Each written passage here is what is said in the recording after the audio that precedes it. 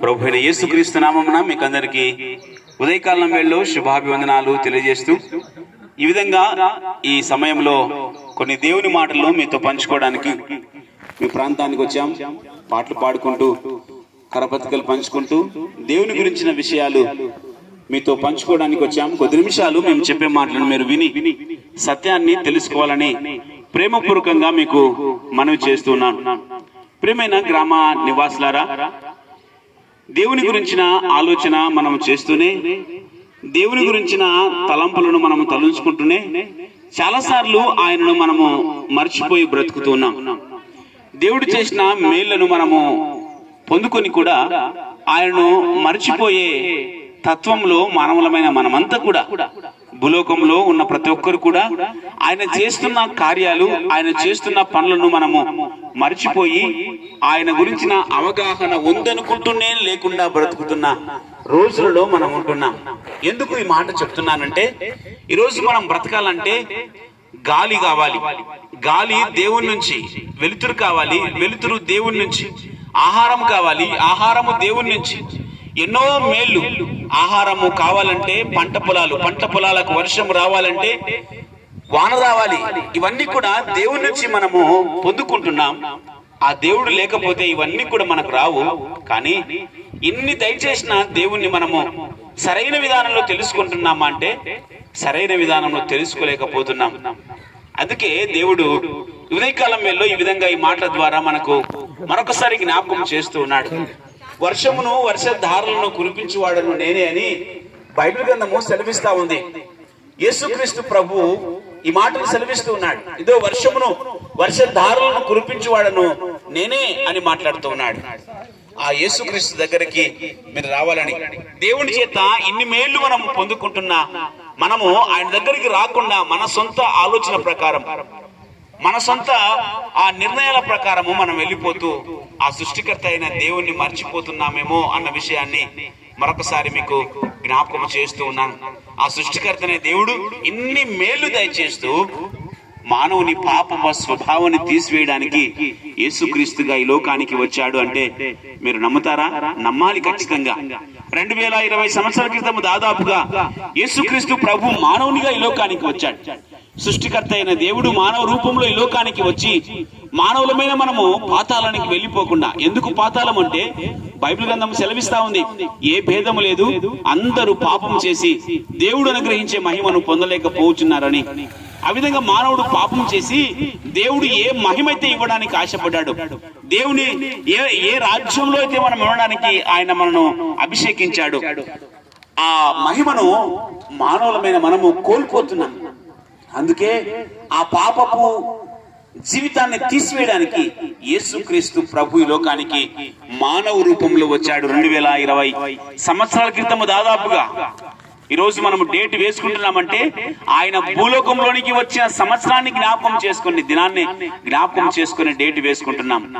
యేసుక్రీస్తు లోకంలోనికి మానవునిగా వచ్చాడు, కన్య మరియ గర్భం ద్వారా వచ్చాడు అనడానికి ఈరోజు డేటే దానికి నిర్ధారించబడుతుందన్న విషయాన్ని మీకు మరొకసారి జ్ఞాపకం చేస్తూ, యేసుక్రీస్తు ప్రభు వచ్చిన కారణము మానవులమైన మనందరి కొరకు ఆయన కలువరిగిరిలో తన రక్తాన్ని కార్చాడు.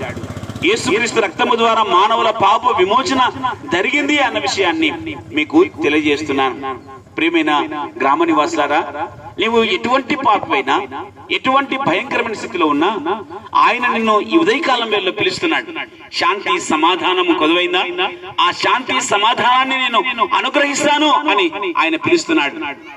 కాబట్టి ఆ యేసుక్రీస్తు దగ్గరికి వచ్చి శాంతి సమాధానం పొందుకొని, ఆ యేసుక్రీస్తు ఇచ్చే పాప క్షమాపణ నువ్వు తీసుకొని, యేసుక్రీస్తు ద్వారా ఆయన రాజ్యములో ఉండే అర్హత, యేసుక్రీస్తు ద్వారా పరలోక ప్రాప్తి లభిస్తా ఉంది అన్న విషయాన్ని ఎవరైతే ఆయన దగ్గరికి వస్తారో ఆయన ఎంత మాత్రము ఎవరిని కూడా త్రోసివేయడు. అందరిని ఆయన చేతులు చాచి పిలుస్తున్నాడు, ఇప్పుడైనా నా దగ్గరికి వస్తారేమో అని. కాబట్టి నీవు ఏ స్థితిలో ఉన్నావో నీ స్థితిని ప్రభు దగ్గర పెట్టి, యేసు ప్రభువా నేను పాపిని, నన్ను క్షమించు అని నీవు నలిగిన హృదయంతో యేసు క్రీస్తు చెంతకు రాగలిగితే ఆ యేసు క్రీస్తు నీ పాపమును క్షమించి నిన్ను, నీ కుటుంబాన్ని రక్షించి శాంతి సమాధానాలతో ఆయన నింపడానికి సిద్ధంగా ఉన్నాడు. కాబట్టి ఈ ఉదయకాలం వేళలో యేసుక్రీస్తు మాకు కాదులే అన్న ఆలోచనను మర్చిపోయి, యేసుక్రీస్తు మాకు కాదులే, మా దేవుడు కాదులే అన్న ఆలోచనను మీరు పక్కకు తీసివేసి, సర్వ సృష్టిని కలగజేసిన దేవుడు, ఇన్ని రకాలుగా మనను కాచి కాపాడుతున్న దేవుడు యేసుక్రీస్తు ఈ లోకానికి పంపించాడు అని ఆయన పంపిన మాటలు, ఆయన చెప్పిన మాటలు, పంపిన కారణమేమో చెప్పాము. ఆయన చెప్పిన మాటలు మనిషి న్యాయంగా బ్రతకాలి అని చెప్పాడు. మనిషి దీన మనస్సు కలిగి ఏ దేవుని ఎదుట బ్రతకాలి అని చెప్పాడు. మనిషి కనికరము, ఇతరుల ఎదుట కనికరము చూపిస్తూ బ్రతకాలని చెప్పిన మానవత్వానికి సంబంధించిన మాటలు. అమ్మాయ్యా ఆలోచించండి, ఇది మతము కాదు, ఇది మార్గము. యేసుక్రీస్తు మతాన్ని మార్చడానికి రాలేదు, కానీ మనిషి ఏ విధంగా జీవించాలో చూపించి వెళ్ళిపోయాడు. మనిషి ఏ విధంగా మానవత్వం కలిగి జీవించాలో ఈ లోకంలో 33 సంవత్సరంలో ఆయన బ్రతికించి చూపించి వెళ్ళిపోయాడు. అందుకే మిమ్మల్ని మతాలు మారాలని చెప్పట్లేదండి, మంచిగా బ్రతకాలని ప్రతిమలాడుకుంటున్నాం. న్యాయమైన జీవితాన్ని గడపాలని, న్యాయంగా ఈ లోకంలో బ్రతకాలనే మీకు సెలవిస్తున్నాం. యేసుక్రీస్తు ప్రభు బాట అదే, యేసుక్రీస్తు బ్రతికిన విధానం అదే. ఆ విధానంలో నాలాగా మీరు బ్రతకండి అని మనిషి విలువను ఆయన బ్రతికించి వెళ్ళాడు. మనిషి ఏ విధంగా బ్రతకాలో, మనిషి విలువలు ఏ విధంగా కలిగి జీవించాలో ఆయన చూపించి వెళ్ళిపోయాడు. ఆ జీవితాన్నే మనమంతా భూలోకంలో ఉన్నప్పుడే మనము జీవించాలి అని ప్రేమపూర్వకంగా ఈ మాటలు తెలియజెప్పడానికి వచ్చామే తప్ప మతాలు మార్చడానికి మేము రాలేదు, ఏదో మబ్బ పెట్టడానికి మేము రాలేదు. మనిషి ఏ విధంగా జీవించాలో యేసుక్రీస్తు ప్రభు ఆల్రెడీ మనకు చూపించి వెళ్ళిపోయాడు. ఆ బాటలో గాన మనము నడవగలిగితే అది దేవునికి తగిన నడవడిక. యేసుక్రీస్తు ప్రభు చెప్తున్నాడు, నేను తండ్రి ఏ విధంగా అయితే నడుచుకోమని చెప్పాడో నేను ఆ విధంగా నడుచుకుంటున్నాను. తండ్రి చెప్పిన ప్రతి మాటను భూలోకంలో నెరవేర్చాను ప్రభు అని ఆయన చివరి ప్రార్థన చేస్తున్న విధానం. ప్రియమైన గ్రామ నివాసులారా, మనిషిగా జీవించాలంటే యేసు క్రీస్తు జీవితాన్ని చదవాలి. అందుకే ఈ ఉదయకాలం వేళలో ఆ ప్రభుని మీకు పరిచయం చేస్తున్నాం.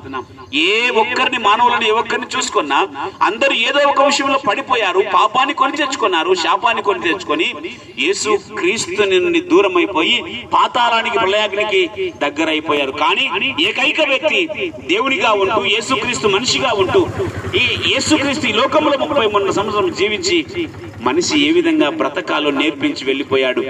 ఆ విధానంలో మనం బ్రతకాలని ఈ ఉదయకాలం వేళలో క్రీస్తును పోలిన వారిగా క్రీస్తు మార్గంలో నడవాలని ప్రేమపూర్వకంగా ఆ మార్గం మిమ్మల్ని ఆహ్వానిస్తుంది. ఆ మార్గము పాపపు జీవితాన్ని తీసివేస్తా ఉందన్న విషయాన్ని మీకు మరలా మీకు జ్ఞాపకం చేస్తూ, యేసు క్రీస్తుని స్వీకరిస్తే నిత్య జీవం ఉంది అన్న విషయాన్ని, ఈ లోకము శాస్త్రమైనది కాదు. ఎప్పుడోసారి మనం చనిపోతాం, ఖచ్చితంగా చనిపోవాల్సిందే. కానీ నిత్యము ఉండే ఒక రాజ్యం ఉంది. ఆ రాజ్యం మనము వెళ్ళాలి ఖచ్చితంగా. ఒకవేళ ఆ రాజ్యంలోనికి వెళ్ళలేకపోతే నిత్యము ఉండే నరకము కూడా ఉంది.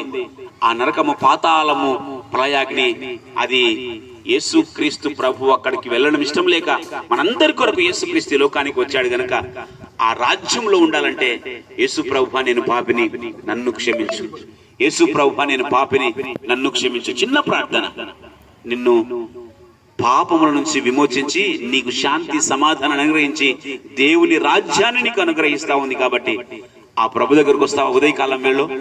మాకు కాదులే, మా కులం కాదులే, మా గోత్రం కాదులే అనుకొని ప్రక్కన త్రోసి వేస్తే యేసు క్రీస్తు ప్రభువు లేకుండా మనం పరలోకం వెళ్ళలేము అన్న విషయాన్ని మీకు జ్ఞాపకం చేస్తూ, ఈ మాటలు విని రక్షణ పొందాలని ఎటువంటి పాపినైనా ఆయన హక్కును చేర్చుకొని క్షమించే దేవుడు. ఉదయకాలం వేళ దగ్గరకు వస్తావా? ఈ మాటలు విన్న నీవు నాతో కలిసి ప్రార్థిస్తావా? ప్రార్థన మీ కొరకు